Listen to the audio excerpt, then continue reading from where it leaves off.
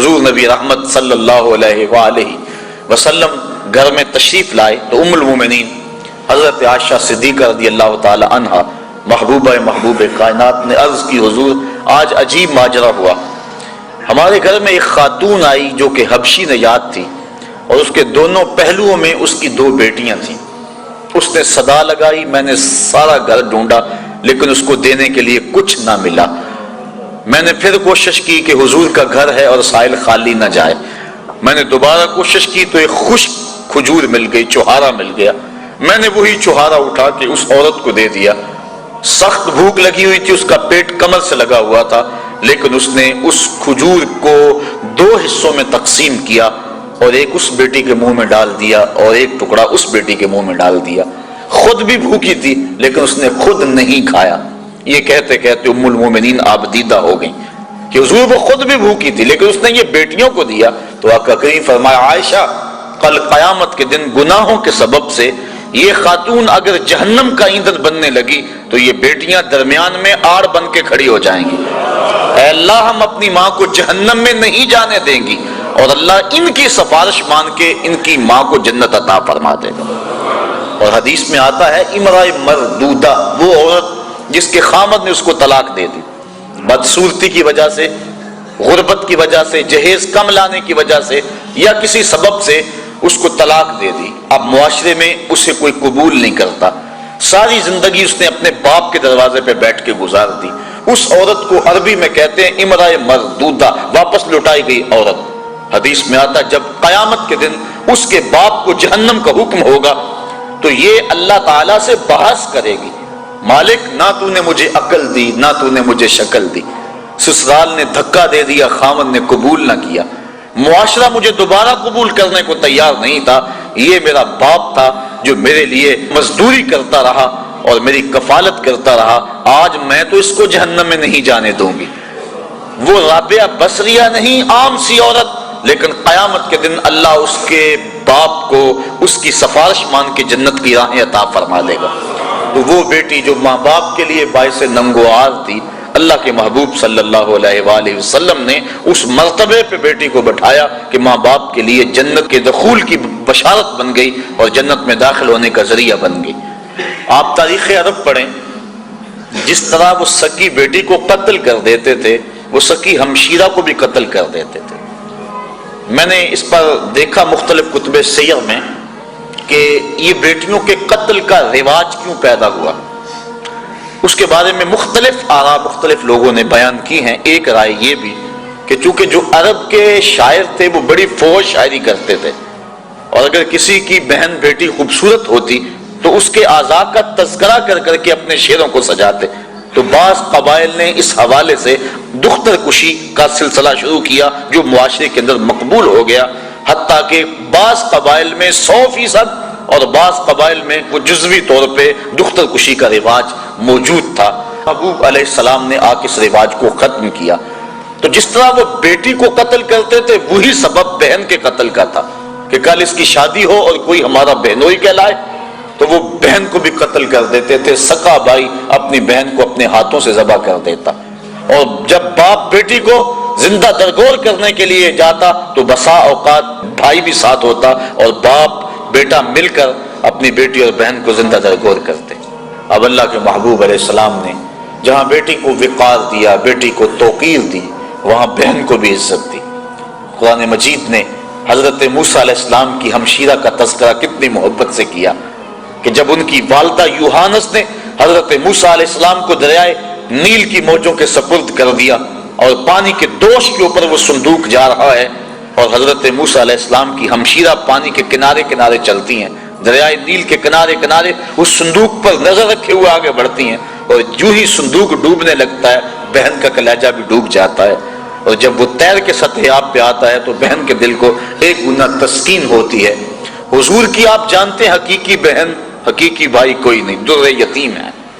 سینہ صدف میں اکیلا پرورش پانے والا موتی در یتیم کہلاتا ہے، تو بطن آمنہ کے اندر حضور علیہ السلام اکیلے پرورش پائے اور اللہ کے محبوب علیہ السلام کو در یتیم کہا جاتا ہے۔ لیکن جب حضور حضرت حلیمہ سعدیہ سلام اللہ علیہا کے گھر دودھ پینے کے لیے کچھ عرصے کے لیے گئے تو حضرت حلیمہ سعدیہ کی ایک بیٹی تھی جن کا نام شیمہ یا شیمہ مختلف کتب سیر میں موجود ہے. وہ حضور کو اپنی گود میں اٹھا کر قبیلہ بنو سعد کے کھلے میدان میں آ جایا کرتی تھی. اور آپ نے بھی دیکھا ہوگا ہمارے دیہاتوں میں یہ رواج موجود ہے، اب بھی کہیں تو دم توڑ گیا لیکن آج بھی رواج جگہ جگہ موجود ہے کہ شام کے وقت جب عورتیں کھانا پکانے میں مصروف ہوتی ہیں تو بہنیں اپنے بھائی اٹھا کر باہر کھلی جگہ پہ لے آتی ہیں، اور ہر بہن کا مزاج یہ ہے کہ میرے بھائی سے سونا زمانے میں کوئی نہیں. وہ ایک مفکر نے کہا ہے کہ خوبصورتی دیکھنے والے کی آنکھ میں ہوتی ہے. تو ہر بہن کا مزاج ہے، چاہے کالا کلوٹا کیوں نہ اس کا بھائی. اسی لیے چندہ ماموں کہا جاتا ہے نا، ہر بہن اپنے بھائی کو چاند کہتی ہے. جب بچیاں اپنے ویر لے کر قبیلہ بنو سعد کے میدان میں آتی تو ہر کوئی کہتی کہ میرے بھائی کا جوڑ نہیں. اگر کسی کی رنگت کالی ہوتی تو وہ نقوش کو معیار حسن قرار دیتی کہ حسن کا تعلق رنگت سے نہیں نقوش سے ہے، میرے بھائی کے نقوش تو دیکھو. اور اگر کسی کا رنگ سفید ہوتا تو وہ کہتی کہ رنگ نہیں تو کچھ نہیں، میرے بھائی کا رنگ بڑا چٹا ہے لہذا میرا بھائی بڑا خوبصورت ہے. بحث مباحثہ ہو رہا ہوتا اور کوئی ماننے کو تیار نہ ہوتی کہ میرا بھائی کسی سے کم ہے. اتنے میں حضرت شیمہ اپنے ویر محمد کو اٹھا کے لے آتی، اور جو ہی وہ آتی اور کہتی ہاں میرا بھائی بھی آ گیا، تو وہ کہتی نہیں شیمہ تیرے ویر کا مقابلہ تو نہیں نا.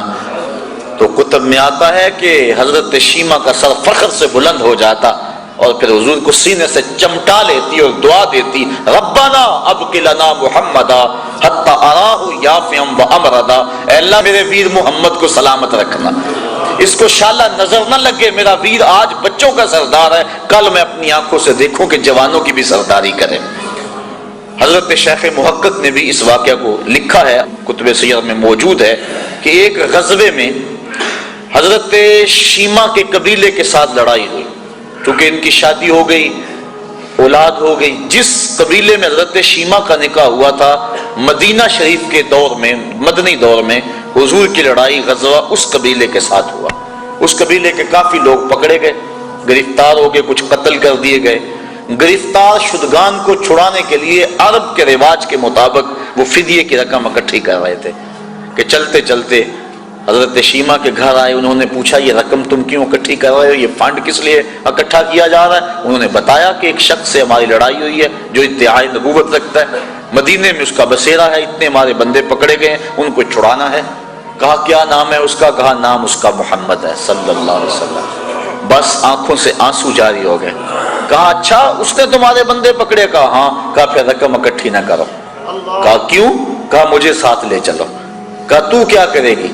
کہا میں تمہارے بندے چھڑا کے لاؤں گی. کہا تو کیسے چھڑائے گی؟ کہا وہ میرا ویر لگتا ہے، وہ میرا بھائی لگتا ہے. قوم کے سردار ساتھ ہیں. حضرت شیمہ قوم کے سرداروں کو لے کر حضور کے خیمہ نوری کی طرف بڑھ رہی ہیں.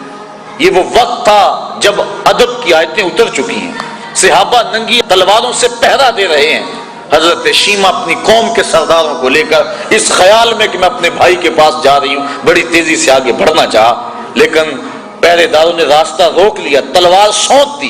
رک جائے دیہاتی عورت، جانتی نہیں آگے کوچہ رسول ہے، آگے تو بغیر اذن کے جبریل بھی نہیں جا سکتے، تم کون ہو؟ حضرت شیمہ کو جب روکا گیا تو انہوں نے تلوار کو جھٹک کے پیچھے کرتے ہوئے کہا خلو سبیلی وَعَلَمُوا انا اخت نبیکم، میری راہیں چھوڑ دو، مجھے جانتے نہیں میں کون ہوں، میں تمہارے نبی کی بہن لگتی ہوں.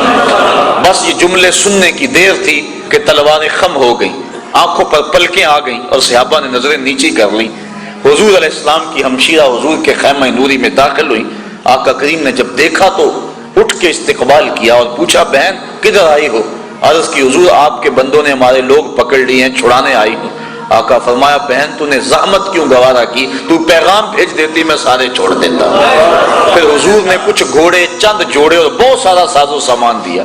جب بھائیوں کے دروازے پر بہن آئے تو بھائی خالی تو نہیں موڑا کرتے، اور پھر حضور رخصت کرنے کے لیے خود خیمہ پاک سے باہر آئے. صحابہ کی جماعت منتظر تھی. فرمایا صحابہ جب میں قیدی چھوڑا کرتا ہوں تم سے مشاورت کیا کرتا ہوں، آج پہلا موقع ہے میں نے مشورہ بھی نہیں کیا اور قیدی بھی چھوڑ دیے. کہا بندہ نواز جو چاہیں آپ کریں لیکن ارشاد تو کر دیں کہ آپ نے آج مشورہ ضروری کیوں نہیں سمجھا؟ فرمایا آج میرے دروازے پہ میری بہن آ گئی تھی تو دنیا کے سامنے عملاً بہن کے وقار کو رکھا۔ جس معاشرے میں بیٹی کی توقیر نہیں تو اس معاشرے کو بیٹی کی توقیر سکھائی۔ بہن کی آبرو نہیں تھی، عملاً بہن کی آبرو لوگوں کے سامنے رکھی۔